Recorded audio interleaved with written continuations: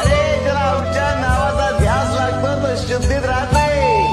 आमच्या नामाची गुंगी, आमच्या नामाची धुंदी तर सर्वस्वी आमचा होऊन जातो.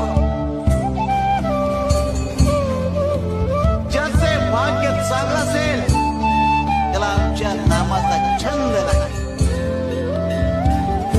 आणि त्याच्या मुखात सतत नाम जप असेल. आमच्या नामाची गोडी निर्माण होईल. ध्यानी मनी स्वप्नी ही नाम संजीवनी बदनी असेल. त्याला निरंतर सुखाची प्राप्ती होईल. तसं मधाचं सेवन करण्यासाठी भ्रमर कमळ फुलात गुंतून पडतो.